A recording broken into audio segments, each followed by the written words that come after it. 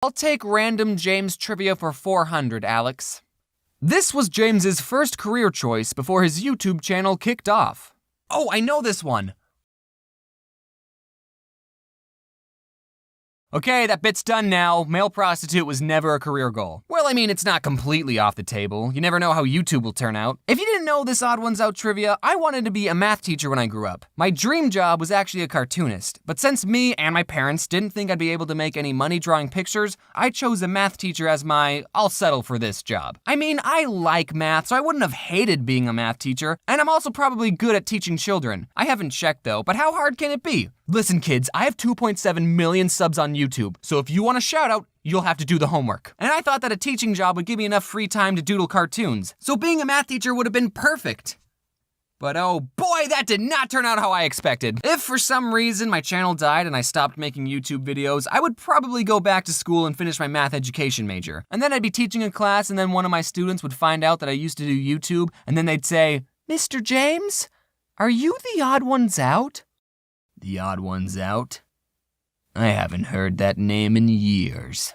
You shouldn't smoke in front of children, Mr. James. I just want to point this out. In my peeing video, I drew my first grade teacher like this, and in my Harry the Moth video, I drew my kindergarten teacher like this. Do you have an explanation on why they're drawn so similar? Yeah, I was lazy. Teachers play such an important role for children, and if I'm being honest, I don't think they get paid enough to take their job seriously. A good teacher can make you excited to learn the material and actually teach you, while a bad teacher can not only waste your time and not teach you anything, but also crush your dreams. I took choir in 9th grade. Everyone had to take it, okay? It was a prep school. I'm not weird. And one time while we were singing a song, the teacher said, "Stop. Who's flat?" Then she pointed at a boy and told him, "You, sing." And he sang for a bit. Then she pointed at another boy, "You, sing." Then she went through a couple more, and then she pointed to me and said, "You, sing." And I sung.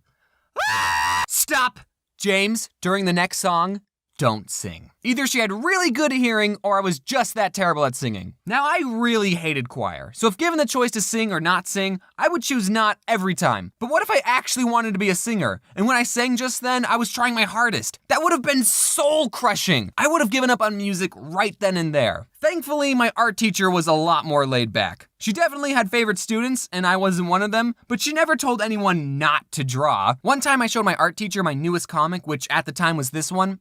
And without telling her that I was the one who made it, I asked, "What do you think of this art style?" And she said, "Oh, I hate it, but it's fine if you like it. In my classroom, we try to go for realism, but people with that art style can still have successful careers."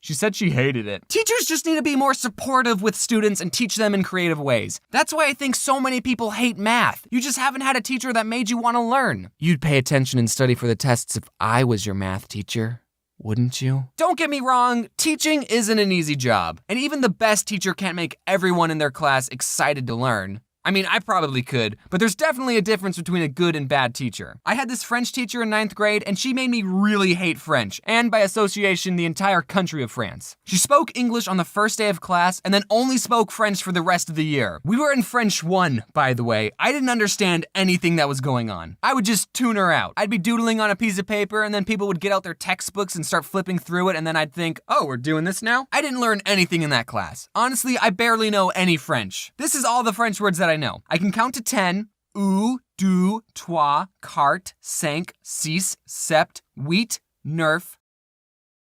Okay, I can only count to 9. And I know that Eiffel Tower is Tour Eiffel, quack is coin, and door is portal. My twin sister, who was in the same class and had the same living conditions as me, turned out a lot different. She learned a lot of French and continued to take classes after 9th grade. So maybe this whole knowledge thing has a lot to do with the student and not the teacher.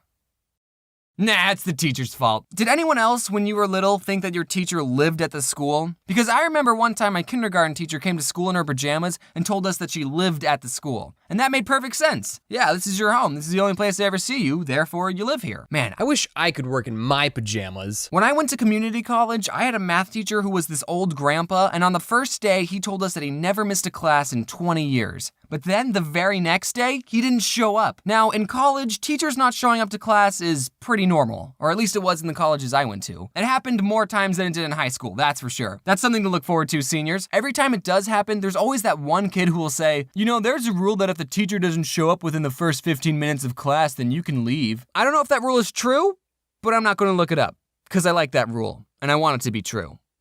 And I don't even go to college anymore, so why does it matter? So teachers not showing up, that's not too abnormal, but since this old guy told us he never missed a day of class in 20 years, we thought he died. But nope, he just missed a day. He showed up the third day. I don't know what his excuse was because after I saw him, I thought, oh good, he's alive. And then I stopped paying attention because community college sucks. I'd say that my favorite teacher would be my 11th grade AP US history teacher. I liked him because it was obvious that he liked the material and he would teach us in a way that was fun and interesting. He was also a more laid back and generally a funny person. He's the teacher that I want to be. He gave me a compliment once that has always stuck with me. He was telling the class about the AP test, which is this super important open-ended essay test that we took at the end of the year, and if we did well on it, the grade would count for college credit. So like a week before the test, our teacher was preparing us, and he said, guys, don't try and be funny on the AP test. The graders don't have a sense of humor. Except James. James can be funny on the test. Aww, that compliment made me so happy and confident. I don't know how serious my teacher was when he said that, and he probably doesn't even remember saying it, but I really appreciated it. I ended up getting a 3 on the test, which is only partial credit in select colleges, so maybe I'm not funny. That was 11th grade. In 12th, I took all AP classes, but I didn't take any of the AP tests. I was too apathetic. But I turned out fine. Actually, no. My favorite teacher is my 9th grade English teacher who emailed me and said he watches my videos. Hi, Mr. Batman. Sorry I plagiarized the Berlin Wall essay. I really wanted to talk about my 9th grade poetry teacher. Yes, I took choir, French, and poetry all in 9th grade. It was a preparatory school. That teacher was definitely something, but this video is getting too long, so I'll have to make a part 2. Welcome to the Disney Bundle, where Disney Plus, Hulu, and ESPN Plus come to life on all your screens. Transforming your world with